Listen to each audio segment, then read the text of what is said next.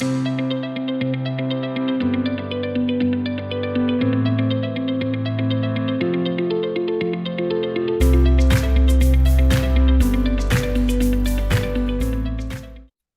everyone. I'm Siobhan McDonald from Granger Street Studios. Thanks for joining me today.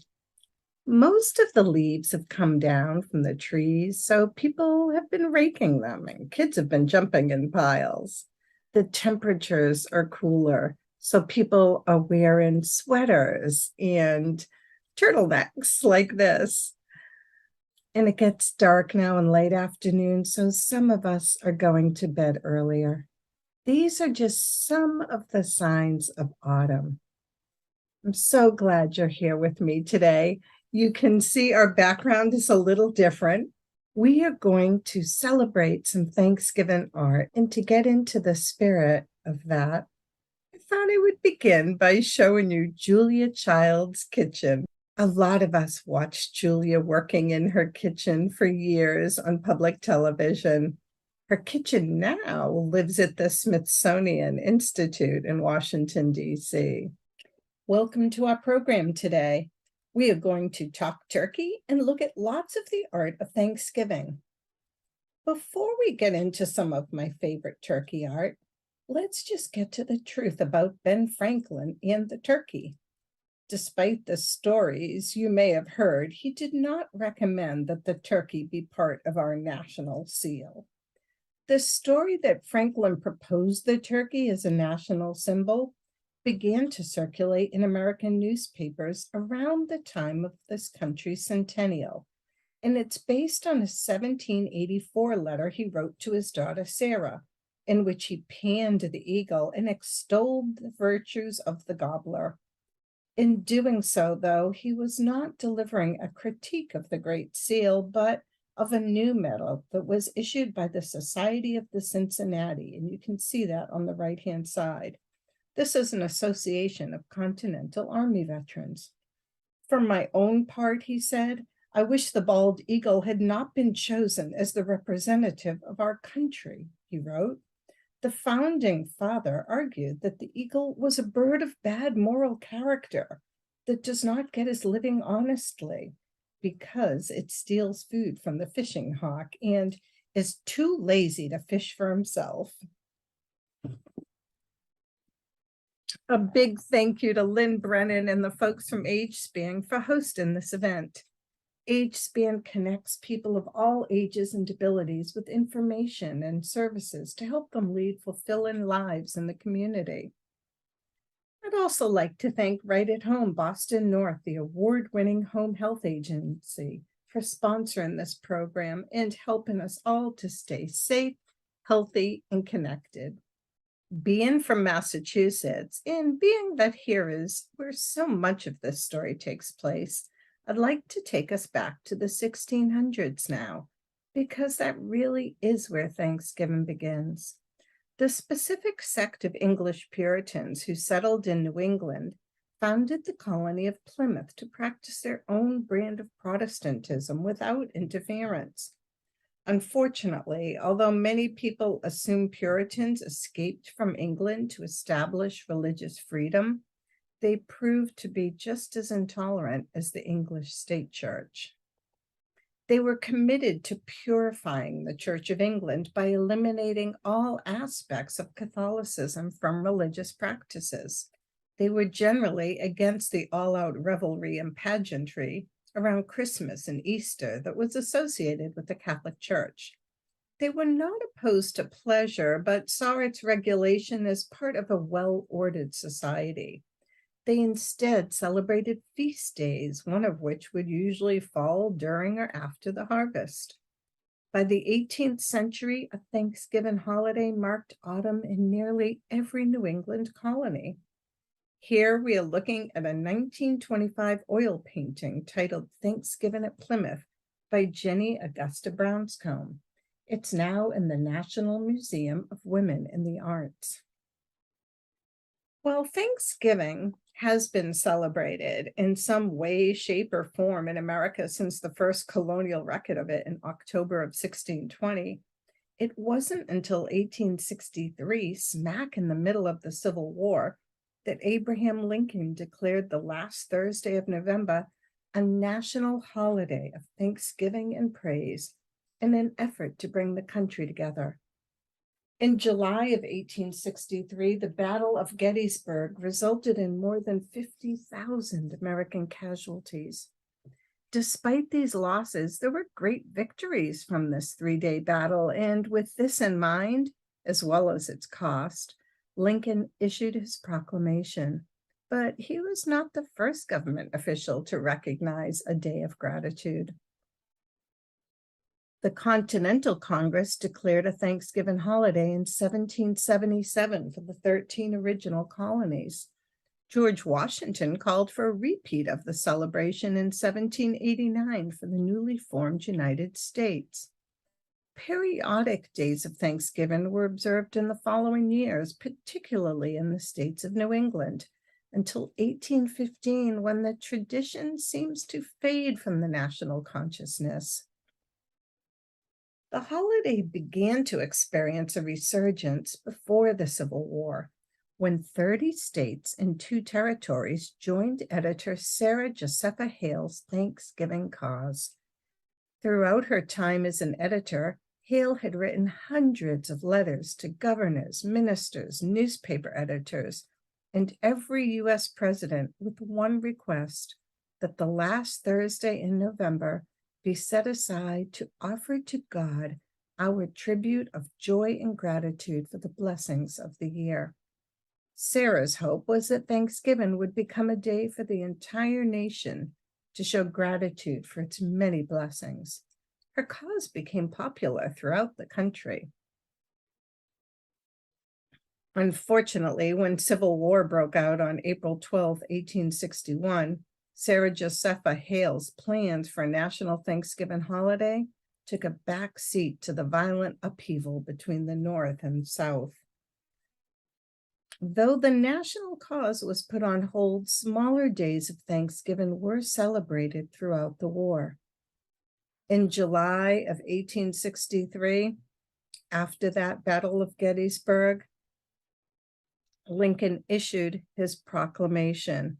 And in 1864, the Union League decided to raise a fund to supply Thanksgiving dinner for the Union soldiers and sailors fighting in the East.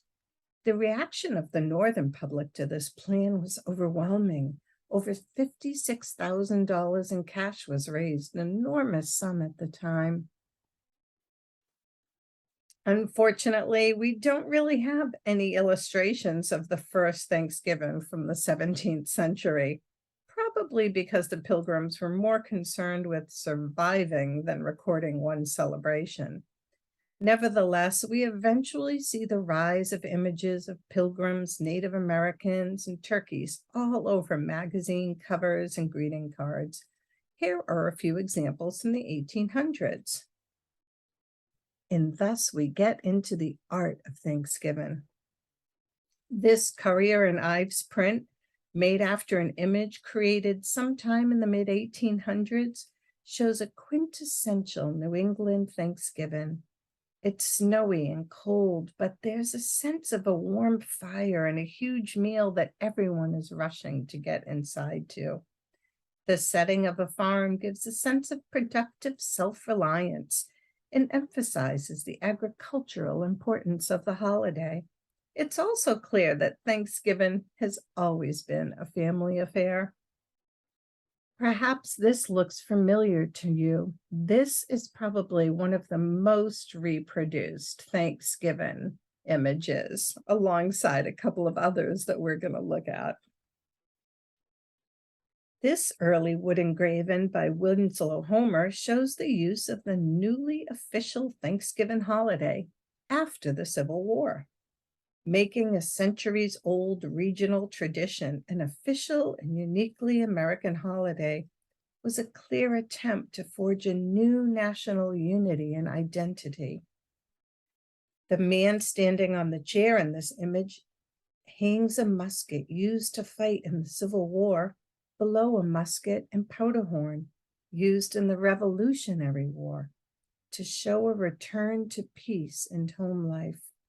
Thanksgiving as a holiday is linked in this image with a return to a unified America.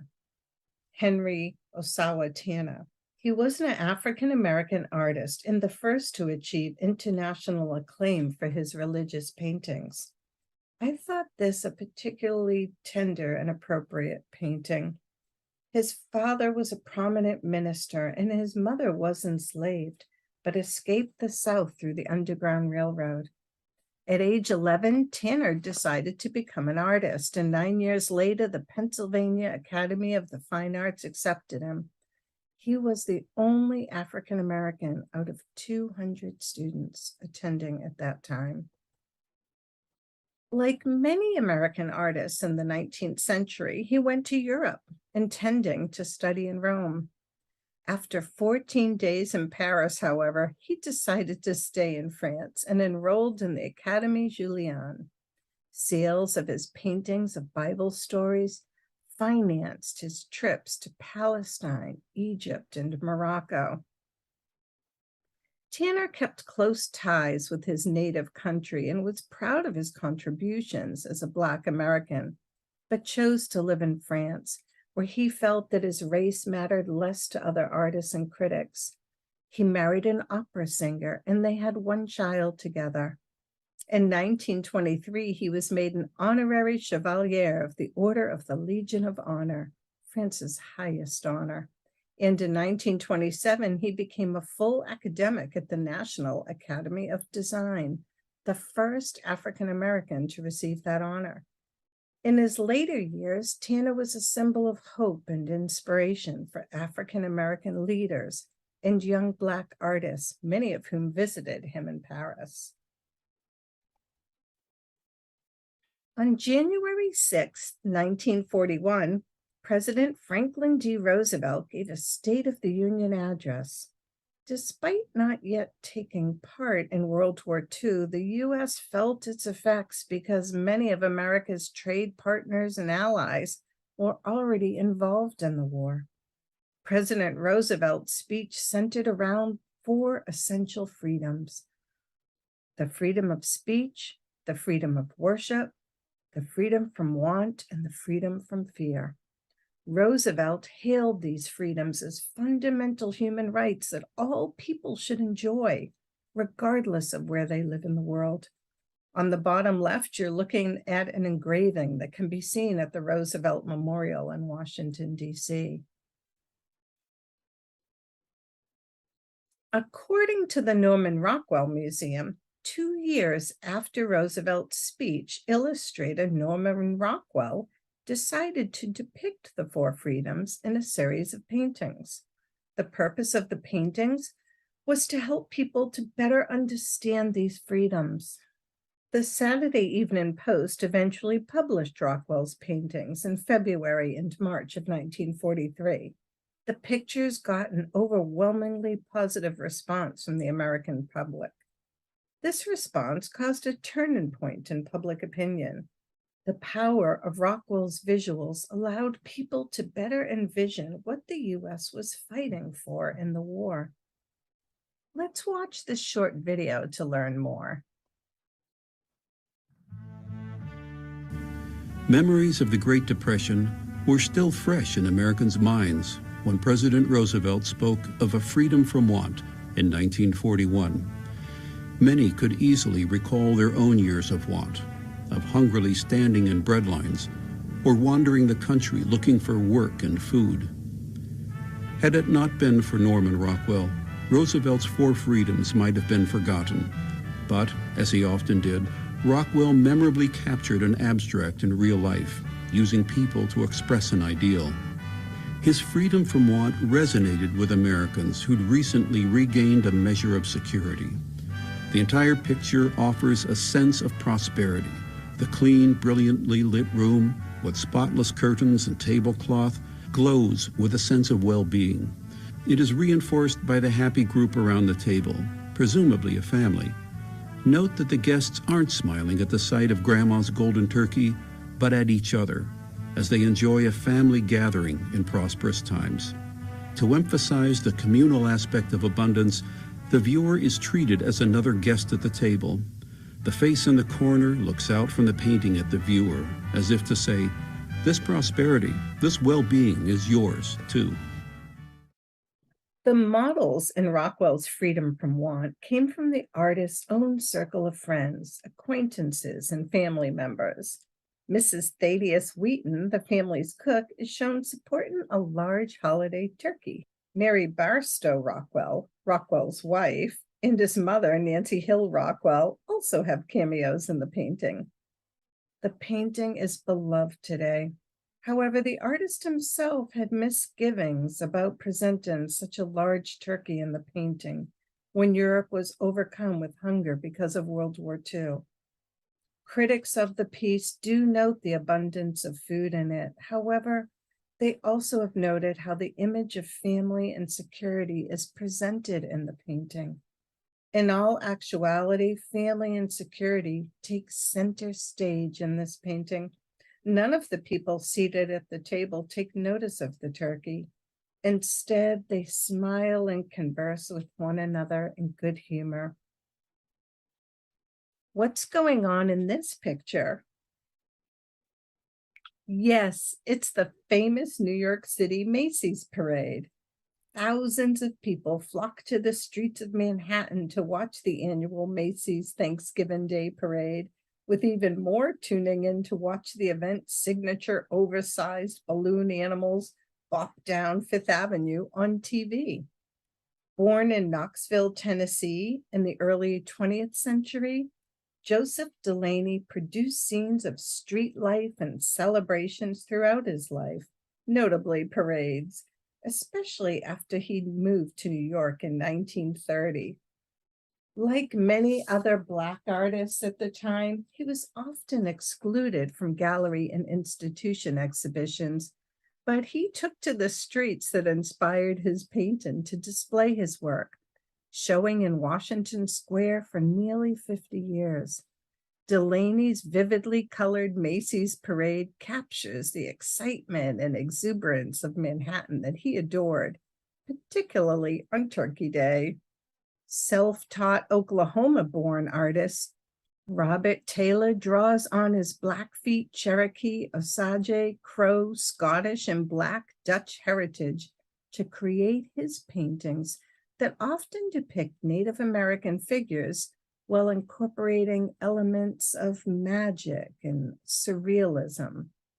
His portrait of a chief holding a bull skull rather than a turkey, stuffed with herbaceous greens and adorned with a small butterfly, may not seem overly holiday themed. And here, I'm going to circle around that butterfly. It's right there. This may not seem overly holiday themed, but the title makes the connection explicit, perhaps offering a reminder that Turkey Day should be inclusive of all people who call this land their home. This painting is part of the collection at the Smithsonian National Museum of the American Indian. Now, as you lug your 25-pound frozen turkey home from the grocery store with not a worry besides hoping it thaws in time for Thanksgiving, remember the days when one had to awkwardly chase a live bird around, a pin in the frigid November air, as aptly depicted in this painting by folk artist Anna Mary Robertson Moses, better and more endearingly known as Grandma Moses. Doris Lee, one of the most successful female painters from the Depression era, managed to capture in this work the most cheerful Thanksgiving Day experience imaginable, a kitchen in chaos. The artist's exaggerated style was condemned when the painting was first shown. So although the critics condemned this, the American public loved it and flocked to see it. I often show this painting when doing Thanksgiving programs because it really is one of my favorites. I can almost hear and smell the sounds and sights of that room. Let's pick out some of the most charming details now. What's going on in this picture? Oh, you're noticing these little babies in the background, twins, reaching their hands up. One has what looks like a rattle in their hand, probably banging on the tray of this high chair, just adding to the noise of the room. What more can we find? Okay, right away, you see this figure in the front with her apron. And actually, you're noticing that all of these women are wearing aprons. Even this little girl has an apron. But the woman in the pink dress is bent over, pulling that turkey that's in a basting pan. She has a cloth so that she won't get burnt, and all the steam is rising up. Perhaps she's basting it, pouring the juices over the turkey. Oh, the dog underneath. I love him. He just wants to be where it's warm, getting some heat from that stove and where the smells are so good. Let's find two more things. What more can we find? Okay, the little girl that we mentioned. There she is, reaching over to give this little kitty cat a scrap of something. And the woman right here, who seems to be rolling out perhaps a pie crust, doesn't even seem to notice what's going on here. I wonder what this is. Perhaps a bit of apple? Could this be apple or a little piece of squash or pumpkin here? Whatever it is, Kitty has abandoned her ball and is about to grab that instead. What more can we find? Let's find one more thing. Okay, this woman with the hat. Yeah, and we're trying to imagine, is she just coming in the room, do you suppose? It looks like she could be taking her hat off, noticing all the excitement here. She's ready to pitch in and help. And way back here on this stool, I can see what could be a purse. She's just laid that down, gonna take her hat off and get ready to grab an apron and pitch in to help. Great job, everyone. It's fun to look at works of art together, and you can see why this is one of my favorites. Now, the turkey depicted on this shopping bag was most likely inspired by a newspaper advertisement. Roy Lichtenstein is the artist who designed this image. He then handed it off to silkscreeners who transferred it to mass-produced shopping bags. Lichtenstein, Andy Warhol, and other pop artists created multiples for the 1964 exhibition titled American Supermarket, which highlighted the differences and similarities between the actual consumer objects and pop artists' depictions of them. The exhibition was designed to resemble a supermarket, complete with aisles, shelves, and a checkout counter. Plastic and real food items were displayed alongside the artist's depictions of them. Artworks were priced and sold cheaply, further blurring the line between art, commerce, and consumption. Now, Lichtenstein made 125 of these bags that were sold for $12 each. By the way, a few years ago in 2018, one sold for $4,500. Ooh, wish I had bought a few back then. Our next artist is an impressionist, well known for his sensitive depictions of changes of light on haystacks, water lilies, cathedrals, and more. Yes, we are looking at Claude Monet. But what does he have to do with Thanksgiving? Maybe you've been lucky enough to visit the house and studio of Monet in France. Oh, I would love to go someday. It's in the Normandy region in northern France, and isn't that gorgeous? But I wonder if you've ever seen this lovely 1876 painting that he did. It's titled The Turkeys.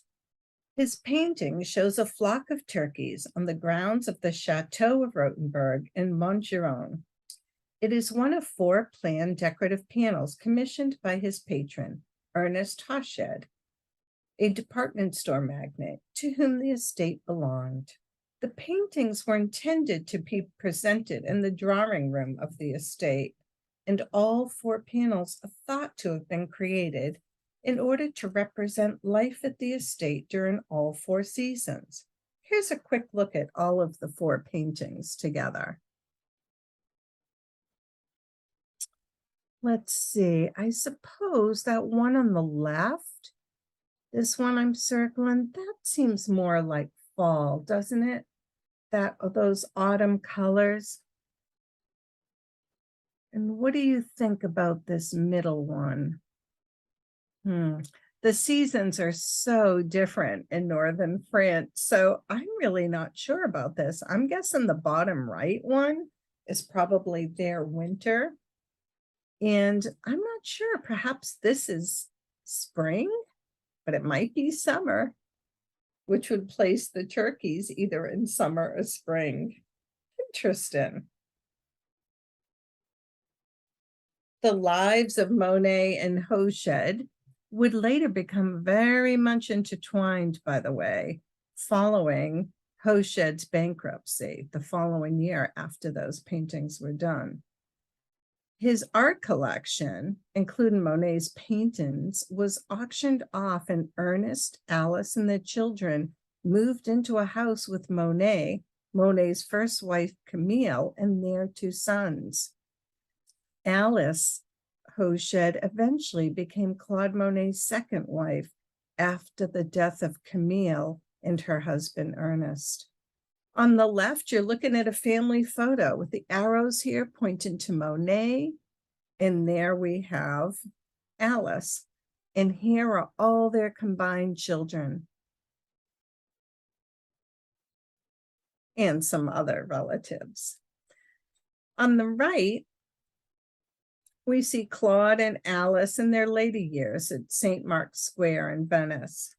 The 2 families went through a lot together, and I guess at the end of the day, Monet, Alice, and their children had a lot to be thankful about in one way or another. Here's a fun video from our friends at the magazine Bon Appetit.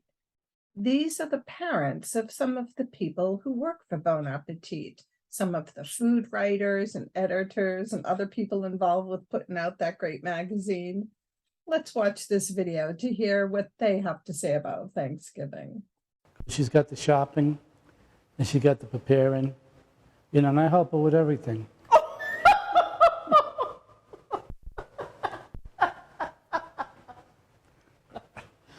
Oh, God, how you lie. That's why we're together 52 years.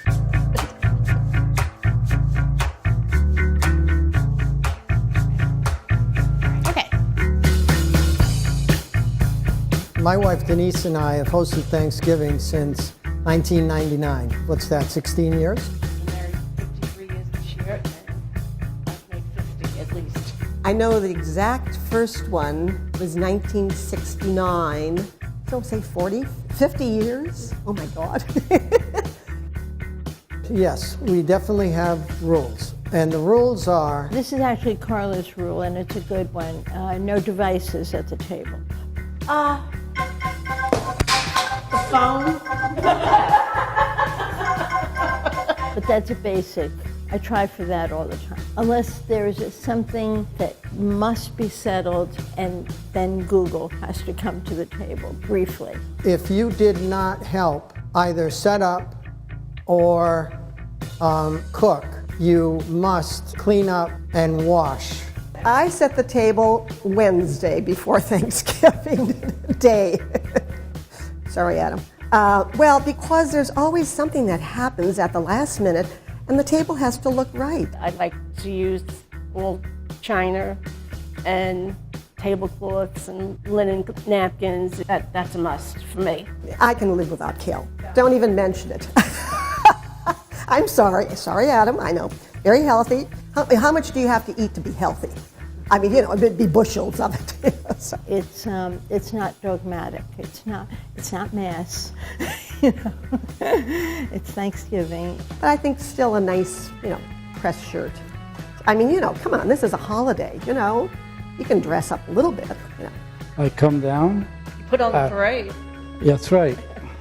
Everybody's got to see me in my underwear, no matter who it is.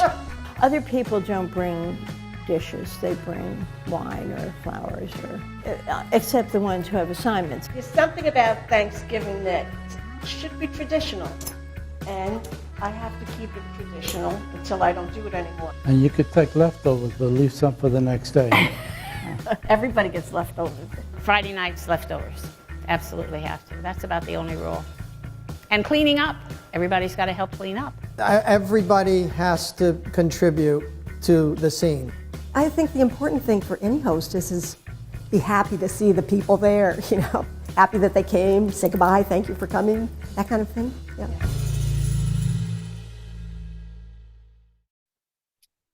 I love that video. It really made me smile. And so there is our Thanksgiving themed program. I hope you enjoyed our time together today. John F. Kennedy said we must find time to stop and thank the people who make a difference in our lives, which is why I am thankful for all of you. I don't tell you this often enough, so let me say it right now. You may not know this, but when I make these programs, I'm thinking of you, wondering how you are, delighting in the thought of making you smile. I'm thankful for all you've done in your life, for your work outside in the work life, and for your work at home. You've raised families, helped your neighbors, been a friend. I am so thankful for the opportunity to spend time with you. A final thanks and goodbye for now to our friends at Age Span and Right at Home. We wish all of them and all of you a delicious and love-filled Thanksgiving. Well, that was a lot of fun. I hope you enjoyed the program today. Thank you for giving me the opportunity to learn more about Thanksgiving with you. And now it's time for us to say goodbye until next time. But please reach out if we can help in any way. You're not alone. Until next time, I'm Siobhan McDonald from Granger Street Studios. Goodbye, friends. Goodbye, friends. Goodbye, friends. It's time to say goodbye. Goodbye, my friends.